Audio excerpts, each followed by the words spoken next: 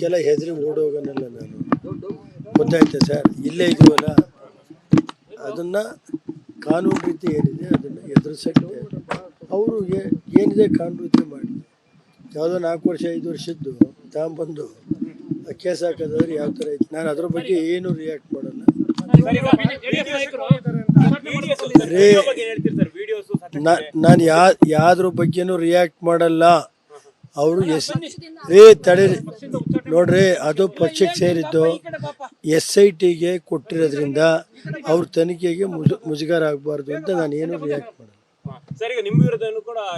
ನಾನು ಅದಕ್ಕೆ ಹೇಳಿದ್ನಲ್ರಿ ರೇ, ಈಗ ಇದೆಲ್ಲ ರಾಜಕೀಯದ ಇದಿರುತ್ತಲ್ಲ, ನಾನು ಅದಕ್ಕೆ ಹೇಳಕ್ ಹೋಗಲ್ಲಪ್ಪ. ಈಗ ಸರ್ಕಾರ ಅವ್ರದ್ದಿದೆ, ಏನ್ ಬೇಕಾದ್ರೂ ಮಾಡ್ತಾರೆ. ಅದಿದ್ರೆ ತನಿಖೆ ನಡೆಸ್ಕೊಳ್ಳಿ. SIT ಮಾಡಿಲ್ವೇನ್ರಿ? ಅದ್ರ ಬಗ್ಗೆ ತನಿಖೆ ನಡೆಸ್ಕೊಳ್ಳಿ, ಕಾನೂನು ರೀತಿ ಏನಾಗುತ್ತೆ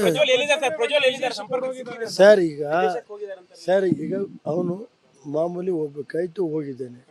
ಇವ್ರೇನು FIR ಆಗ್ತಾರೆ ಅಂತ ಅವ್ರಿಗೇನು ಗೊತ್ತಿತ್ತ? SIT ಮಾಡ್ತಾರೆ ಅಂತ ಗೊತ್ತಿತ್ತ? ತನಿಖೆ ಕರೆದ ಬರ್ತಾನೆ. ಯಾವಾಗ ಅವ್ರಿಗೆ ಈಗ ನೋಡ್ರಿ, ಯಾವಾಗ ಅವರು ಅದು ನಾನು ಇವತ್ತೇನು ಹೇಳಲ್ಲ, ಬಂದಾಗ ಕರೆ ಮಾಡಲಿ ಸರ್.